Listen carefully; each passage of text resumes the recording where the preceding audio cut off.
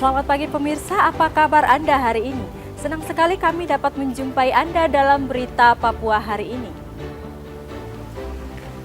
Saya Yuni Rumbaran beserta tim redaksi telah menyiapkan sejumlah berita menarik dan aktual untuk Anda. Berikut 3 berita utama.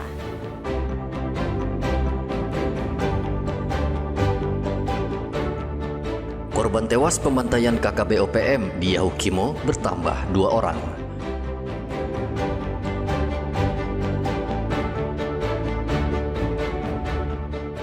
Antisipasi banjirop, warga Binaloka Merauke membuat tanggul darurat secara swadaya.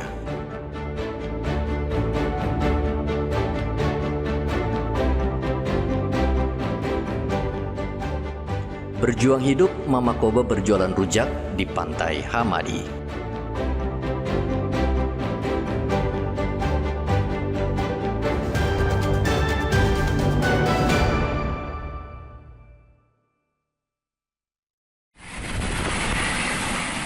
Ratusan polisi dan tentara masih berada di distrik Seradala, Kabupaten Yahukimo, Papua Pegunungan.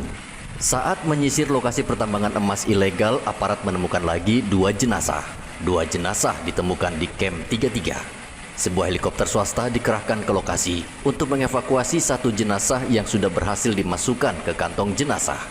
Helikopter sempat kesulitan mendarat di sungai karena banyak pepohonan. 1 jenazah yang tiba di Bandara Nop Goliat Yahukimo pada Senin pagi langsung dibawa ke RSUD DKI untuk diidentifikasi.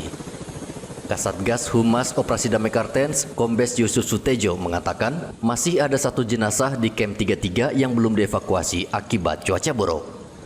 Jenazah di TKP sudah dimasukkan dalam kantong jenazah dan ditunggu atau dijaga oleh aparat yang melakukan evakuasi. Tidak akan pernah berhenti bekerja semaksimal mungkin agar para jenazah ini bisa kita evakuasi dan kita identifikasi untuk selanjutnya kita serahkan kepada keluarga korban. Kami juga tidak mau terlalu lama menyimpan jenazah di sini karena rumah sakit atau kamar jenazah di RSUD DKI ini tidak memiliki lemari pendingin sehingga dimungkinkan kalau terlalu lama bakterinya akan kematian selama-lamanya. Sementara itu di Rumah Sakit Umum DKI, tim Disaster Victim Identification atau DVI Polda Papua berhasil mengidentifikasi 11 jenazah dari 13 jenazah pendulang emas korban kekejaman kelompok kriminal bersenjata organisasi Papua Merdeka. Seluruh jenazah rencananya akan dimakamkan secara massal karena kondisinya sudah membusuk. Namun jika ada keluarga yang akan mengambil, dipersilahkan datang ke Rumah Sakit DKI Yahukimo. Kapolda Papua Irjen Patrice Renwarin memperingatkan seluruh pendulang emas di wilayah Papua Pegunungan agar menghentikan aktivitasnya karena sangat berbahaya dan beresiko. Polisi juga akan menindak tegas pendulang emas lain yang melakukan kegiatan ilegal. Sekali lagi kalau bicara soal orang pendatang yang bekerja mencari nafkah di wilayah-wilayah Papua ini, mereka adalah warga negara Republik Indonesia. Mereka boleh di mana saja di wilayah negara Republik Indonesia. Sehingga kalau ada larangan dari kelompok-kelompok seperti demikian, kelompok KKB misalnya yang disampaikan oleh saudara Sebi Sambung, saya tidak tahu itu dasarnya apa. Karena sampai dengan hari ini, Papua, Yahukimo, Pegunungan Bintang, Asmat, Bovendigul, dan lain-lain itu adalah wilayah kesatuan Republik Indonesia. Jadi setiap warga negara Indonesia punya hak yang sama untuk tinggal dan mencari nafkah di seluruh wilayah kesatuan Republik Indonesia. Jadi untuk menyikapi itu tetap nanti berkoordinasi bersama-sama dengan pemerintah daerah dengan stakeholder lainnya. Peristiwa pembantaian pendulang emas ilegal itu terjadi pada 6 hingga 7 April di area pendulangan emas ilegal yang tersebar di 5 titik di Kabupaten Yahukimo, Provinsi Papua Pegunungan. Pendulangan emas ilegal itu biasa disebut pertambangan rakyat, memang banyak di wilayah pegunungan Papua dan seluruh pekerjanya adalah orang pendatang asal Sulawesi, Jawa, dan NTT. Lokasi penambangan emas ilegal sebagian besar di hutan dan tidak dijaga oleh aparat keamanan. Kelompok organisasi Papua Merdeka juga merilis pernyataan di media sosial bahwa mereka akan menyerang seluruh pendulang emas ilegal yang mencuri hasil alam warga setempat. Hendra melaporkan dari Yahukimo, Provinsi Papua Pegunungan.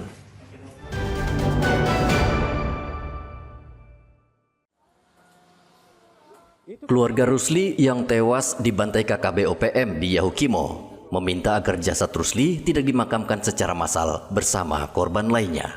Aziz, kakak korban, mengatakan pihak keluarga akan membawa pulang jasad Rusli untuk dimakamkan di Merauke, Papua Selatan.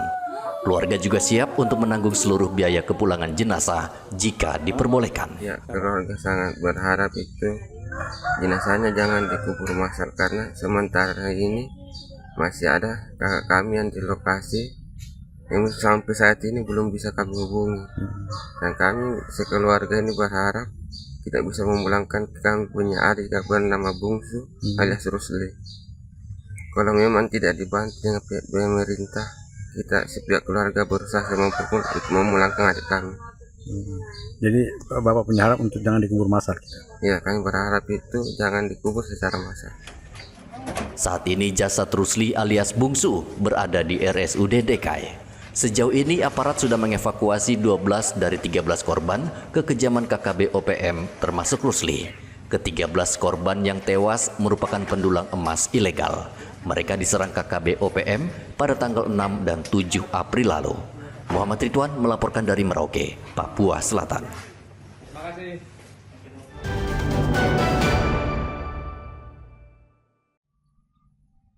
Nelayan yang tinggal di pesisir pantai Lampu Satu dan Bina Loka, Kabupaten Merauke, Papua Selatan, berupaya mengatasi banjir rob yang kerap melanda kawasan mereka. Salah satunya dengan membuat tanggul darurat yang terbuat dari karung berisi pasir. Tanggul darurat cukup membantu, minimal bisa membendung air agar tidak masuk ke dalam rumah. Namun warga berharap pemerintah segera menuntaskan pembangunan tanggul permanen. Saat ini proses pembuatan tanggul molor dan tidak ada kepastian akan selesai, sehingga setiap datang rob daerah mereka kebanjiran. Ini kan sudah ada tanggul ini yang dibuat oleh pemerintah. Nah, menurut Anda bagaimana manfaatnya dari data? Kan cuma sampai di sini. Ini Pak, kalau bisa saya minta tolong, ini tanggul-tanggul ini hanya percuma saja. Ini obat juga masuk. Kalau bisa tolong lanjutkan tahun ini, tolong dilanjutkan. Lanjutkan ya. Iya. Jadi sementara antisipasinya warga seperti apa? Buat tanggul-tanggul buatan saja? Ya, kalau bisa yang seperti ini lanjut Pak. Oh, lanjut gitu. sampai di Lampu Satu Kak, biar lebih aman toh. Lebih aman ya. Juga kita di sini rumah-rumah sudah mau gantung. Oke. Iya. Kan dulunya di sini daratan. Nah, habis. Termakan arus ya. Iya.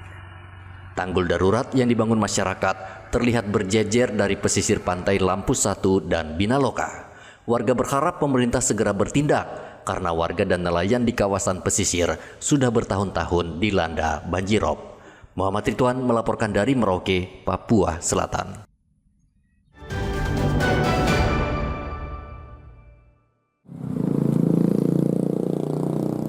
Dinas Kependudukan dan Catatan Sipil Merauke sudah hampir sepekan ini tidak mencetak KTP. Kepala Dinas Kantor Catatan Sipil dan Kependudukan Merauke, Justina, mengatakan tinta yang digunakan untuk pencetak KTP habis dan saat ini masih dalam proses pemesanan. Menurut Justina, sudah hampir seminggu ini pihaknya tidak mencetak KTP untuk warga, padahal saat ini warga yang membuat KTP terus membludak untuk keperluan yang mendesak. Tinta untuk cetak KTP ini yang tidak ada.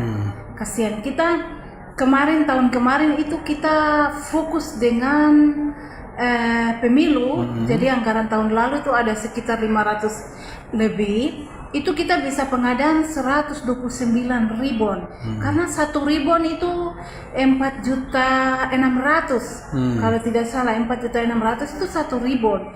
Memang mahal, dengan alokasi kita 500-an itu kita bisa pengadaan 129, itu kita gunakan di pemilu kemarin. Tapi di akhir tahun, di sekitar Oktober sampai dengan habis tahun itu kita sudah kehabisan, sehingga kita dengan jaminan alokasi di 2025 ini kita punya alokasi untuk belanja ribbon di 2025 ini hanya 140 sekian.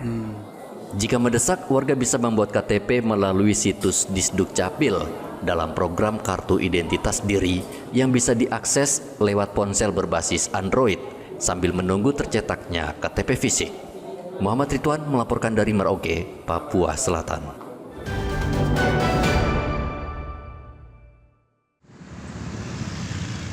8 calon haji asal Merauke terancam batal berangkat haji tahun ini. Kantor Kementerian Agama Merauke melalui seksi bimbingan haji Amran mengatakan dari 88 calon haji yang tercatat akan berangkat haji tahun ini, terdapat 8 calon haji yang hingga kini belum melunasi ONH dengan berbagai alasan. Untuk Merauke, untuk tahun 2025 ini, maka jatah kita kan 88, tetapi sudah pelunasan, jadi yang sudah melunasi 80. Jadi 80, jadi yang tidak melunasi 8. Alasannya apa itu Pak Ustadz? Untuk alasannya ada beberapa. Jadi yang pertama mungkin faktor ekonomi, yang kedua adalah sakit. Itu batas waktu pelunasannya kapan? Untuk terakhir ini batas pelunasan pada tanggal 17. Nah, jika saja tanggal 17 April 17, ini ya, bulan tidak melunasi, maka dianggap gugur atau diganti? Sudah dianggap, apabila dia tidak pelunasan berarti dianggap bahwa dianggap tidak berangkat. Menurut Amran, batas akhir pelunasan ONH tanggal 18 April 2025. Jika tidak bisa dilunasi, maka 8 calon jemaah haji tidak diberangkatkan ke Tanah Suci. Embarkasi calon jemaah haji akan dilakukan pada awal Mei mendatang. Saat ini, seluruh calon jemaah haji masih melakukan manasik haji. Muhammad Ridwan melaporkan dari Merauke, Papua Selatan.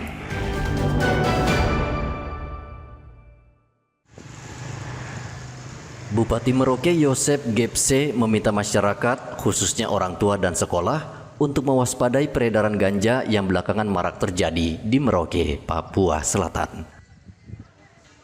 Bupati mengatakan siswa di sekolah perlu pendampingan baik dari orang tua maupun guru di sekolah agar siswa menyadari bahaya menggunakan narkotika.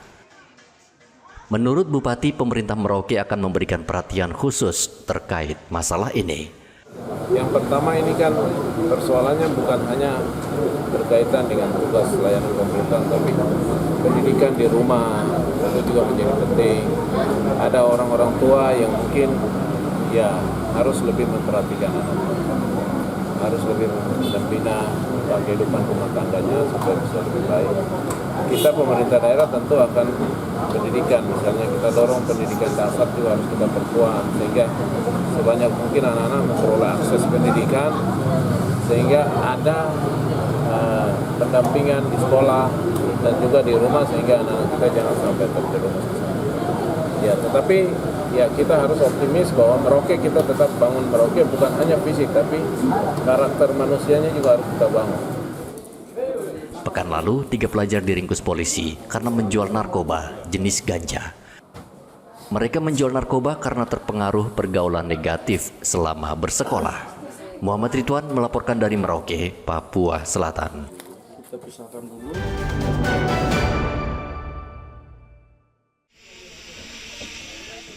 Warga di Kampung Lowanom, Distrik Malagaineri, Kabupaten Lani Jaya, Papua Pegunungan, kini sudah bisa menikmati aliran listrik. Satuan Tugas Pengamanan Perbatasan RI PNG Yonif 614 Raja Pandita membangun pembangkit listrik tenaga mikrohidro untuk penerangan. Pembangkit listrik tenaga mikrohidro untuk membantu pasokan listrik di Kampung Lowanom. Proses pembangunan memakan waktu sekitar 3 bulan. Kami dengan inisiatif membuat atau membangun PLTMH, pembangkit listrik tenaga mikrohidro untuk masyarakat Distrik Malagaineri, sehingga kampung ini sudah bisa lebih terang dan bermanfaat buat masyarakat Malagaineri. Malagaineri sangat senang dengan keberadaan Batalion Infanteri 614 Raja Pandita ini, dan kami selalu berusaha berbuat yang terbaik buat masyarakat di wilayah Papua Pegunungan. TNI berharap pembangunan pembangkit listrik tenaga mikrohidro bisa membantu masyarakat dan menerangi kampung Lowanom yang sekian lama tidak mendapatkan aliran listrik. Dari Lanijaya, Papua Pegunungan, Hendra melaporkan. Informasi tadi sekaligus menutup jumpa kita dalam berita Papua hari ini. Saya Yuni Rumbarar dan tim redaksi yang bertugas mengucapkan terima kasih atas kebersamaan Anda. Selamat pagi dan sampai jumpa. Wanyambe.